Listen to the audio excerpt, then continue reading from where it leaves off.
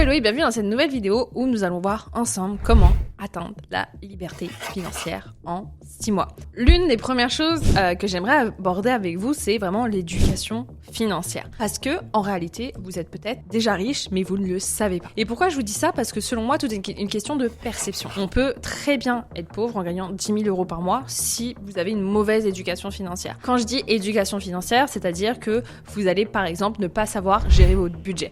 Donc, si vous gagnez 10 000 euros, mais que vous dépensez plus de 10 000 euros par mois, au final, vous êtes dans le rouge. Vous n'êtes pas quelqu'un de riche parce que vous n'avez pas l'abondance dans votre compte en banque et que si vous savez pas gérer votre finance, au bout d'un moment, même si vous gagnez beaucoup d'argent grâce à votre business, vous allez tout perdre, vous n'allez pas investir, etc. Et du coup, ça me fait penser un peu aux personnes qui gagnent au loto. Alors, il y en a pas beaucoup, mais celles qui gagnent au loto et qui vont tout dilapider en quelques mois ou même en un an, alors qu'ils gagnent une somme extraordinaire et qui au final se retrouvent dans la même situation qu'avant avoir gagné. Et ça, c'est vraiment dommage parce que en réalité, tout est une question de perception. Bien sûr que quelqu'un qui gagne 1 000 euros et quelqu'un qui gagne 10 000 euros, forcément c'est la personne qui gagne 10 000 euros et entre guillemets plus riche que celle qui gagne 1 000 euros. Mais ce qui va vraiment jouer, c'est l'éducation que vous allez mettre dedans. Il y a des personnes qui vont peut-être gagner moins que 10 000 euros, comme 2 000 3 000 euros, mais qui savent très bien gérer leur budget, qui ont eu cette éducation financière qui leur permet de ne pas être endetté tous les mois, ne pas être fiché par la Banque de France, et j'en connais. Donc voilà, c'est vraiment quelque chose qui est important et c'est pour ça que c'est la première chose que je voulais aborder avec vous. Ça sert à rien, honnêtement, de se lancer dans le business si, à l'heure actuelle, avec l'argent que vous avez, vous n'arrivez pas à le gérer. Donc vraiment, je vous conseille, avant ou peut-être pendant que vous créez votre business et que vous souhaitez, par exemple, développer votre chiffre d'affaires, etc., d'aussi vous former ou en tout cas vous éduquer à ce qu'on appelle l'éducation financière. Le deuxième conseil que j'aimerais aborder avec vous, qui est un peu plus concret cette fois-ci, ça va être le fait de épargner. C'est vraiment important d'épargner, peu importe combien vous gagnez. Encore une fois, vous n'avez pas besoin de gagner 10 000 euros pour épargner de l'argent, mais vraiment pensez à épargner une petite partie, même si c'est vraiment pas beaucoup, de ce que vous gagnez, parce que c'est important d'avoir de l'argent de côté pour votre business déjà, parce que du coup vous allez pouvoir le réinvestir, donc vous allez pouvoir acheter des formations, acheter des outils, peut-être investir par la suite, mais c'est aussi important de savoir épargner, parce que parfois il y a des personnes qui vont tout, encore une fois, dilapider de leur chiffre d'affaires et qui vont à la fin peut-être de l'année se retrouver avec les impôts qui passent par là, et au final ils se rendent compte que ils ont pas assez d'argent, qu'ils ont tout dilapidé et que du coup ça va être très compliqué de payer les impôts, de payer la TVA, de payer l'URSSAF.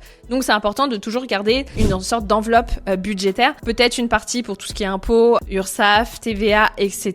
Comme ça vous savez très bien que cet argent entre guillemets ne vous appartient pas, mais que vous devez le redonner à l'État, et peut-être une partie après où vous allez épargner soit pour réinvestir dans votre business, et après c'est à vous de voir quelles enveloppes vous souhaitez faire, si vous avez un projet immobilier, ça peut être aussi pour les vacances, etc. Enfin voilà, ça peut être intéressant de vraiment faire des enveloppes pour prévoir les imprévus, parce que croyez-moi, il y en a, et j'avais vu il y a pas longtemps une entrepreneuse sur Trade qui avait annoncé qu'elle faisait faillite en fait. En tout cas, je crois qu'elle devait faire appel à une sorte de comptable ou quelqu'un qui fasse son bilan financier, et qu'elle avait même pas assez d'argent pour le payer parce qu'elle était complètement faillite. Donc c'est vraiment important de faire attention à ça. Important que votre business soit en bonne santé, parce que c'est pas parce que vous gagnez 20 000 euros que votre business est en bonne santé. Il faut vraiment faire la différence entre chiffre d'affaires et bénéfices, et on en reparlera si vous voulez. Mais aussi pour le perso, si vous n'avez pas encore de business, ça va être important pour vous, parce que du coup vous allez pouvoir prévoir les imprévus, et croyez-moi, il y en a. Ça peut être la plomberie, ça peut être le fait que vous avez un membre de votre famille qui est malade, que vous devez aller le voir à l'étranger, etc. Donc c'est vraiment important, même si c'est que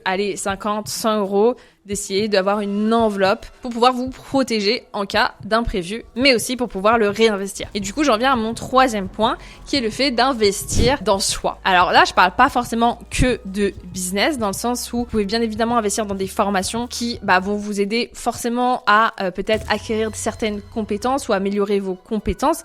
Par contre, ce qui va être aussi important, c'est d'investir peut-être dans des choses qui, au final, sur le long terme, vous vont apporter de l'argent. Et là, alors je m'y connais pas hyper bien sur ces sujets-là, mais vous pouvez par exemple investir dans l'immobilier en fonction du budget que vous avez. Bien évidemment, je sais que tout le monde n'a pas l'argent pour investir dans l'immobilier, mais si vous pouvez et que vous avez l'argent, n'hésitez pas à investir dans l'immobilier.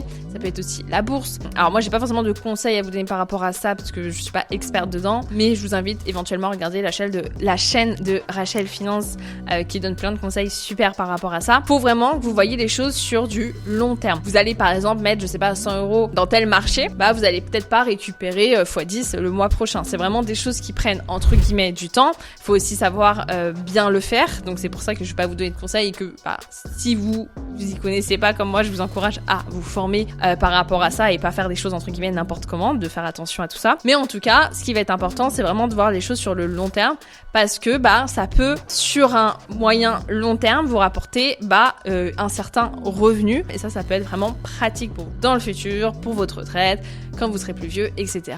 D'avoir investi cet argent dans des choses qui sont pas forcément matérielles, mais en tout cas qui vont vous rapporter plus tard, plutôt que vraiment tout dilapider dans les vacances à Ibiza, dans des sacs de luxe, etc. Même si c'est cool, mais si on peut faire les deux, autant faire les deux. Comme ça, on réinvestit pour gagner encore plus d'argent. Le troisième conseil que j'aimerais vous donner, ça va être vraiment de se mettre à la création de produits digitaux. Pourquoi je vous dis ça? Parce que la création de produits digitaux, ça va vous permettre, entre gros guillemets, de faire vraiment de l'argent quand vous dormez. C'est-à-dire que vous allez créer le produit une fois et ensuite vous allez pouvoir le vendre à 10, 20, 30, 40, 100, 200, 1000 personnes sans que vous ayez à retravailler ce produit. Donc, si le produit, vous le mettez par exemple 2 mois à le créer, ensuite vous n'avez plus à travailler dessus.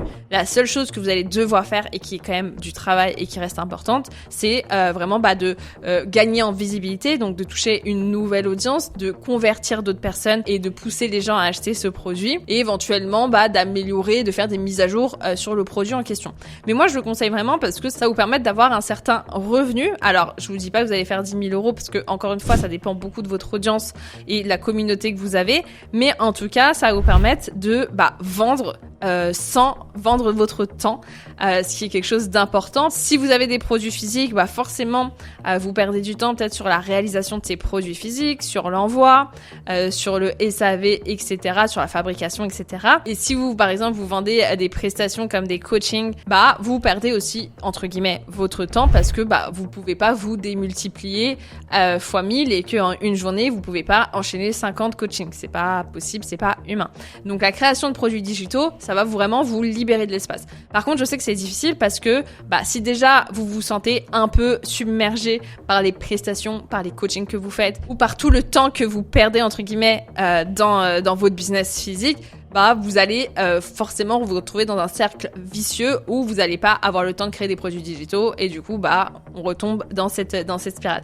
J'ai plein d'amis à moi qui sont un peu dans cette problématique là, qui dès le début elles se sont lancées dans de la prestation, dans des coachings d'1 heure, de 3-4 heures, de 6 mois, etc. et qui aujourd'hui ont plein de clients, c'est cool, mais en fait au final elles stagnent au niveau du CA parce que elles peuvent pas se démultiplier, elles peuvent pas prendre 50 clients par mois, etc. Comme elles ont pas le temps, elles ont pas le temps non plus de créer des produits digitaux et au final elles restent un peu dans cette stagnation et elles n'arrivent pas à se caler. C'est pour ça que c'est important, pas forcément dès le début, mais en tout cas prenez le temps que ça prendra, mais lancez-vous vraiment dans la création de produits digitaux. C'est quelque chose qui peut vraiment vous apporter un complément. Je dis pas que vous allez faire 10K, rien que 300-500 euros par mois, c'est déjà ça. Et puis après, plus vous allez gagner en autorité, plus vous allez gagner en visibilité, vous allez du coup aussi pouvoir augmenter ce CA par rapport à ça en faisant entre guillemets pas grand chose. Le quatrième conseil, il est en lien avec ce que je viens de vous dire, ça va être de vraiment récolter des leads qualifiés. Un lead qualifié, c'est un prospect, une adresse mail de personnes qui sont potentiellement intéressées par ce que vous proposez. Là, j'évoque vraiment principalement tout ce qui est lié aux emails, donc aux newsletters,